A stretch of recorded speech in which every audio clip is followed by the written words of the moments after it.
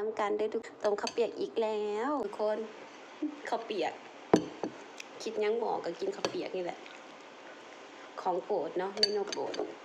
แล้วก็จะมีอันนี้เลยแตงกวาดอง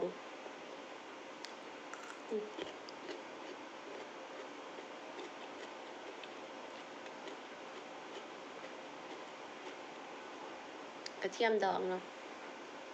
อันนี้ก็จะออกเปรี้ยวมันอย่างก่อนนะเปรี้ยวหวานๆกระเทียมดอง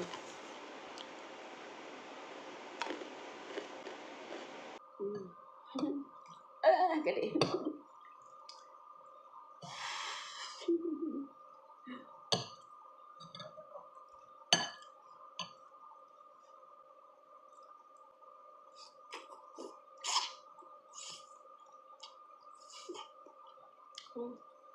บ่ได้ปรุงยังหลายเนาะใส่แค่หมักพริก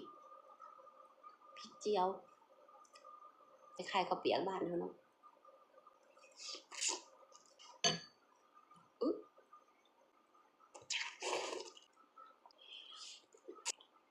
ใส่เนื้อมัน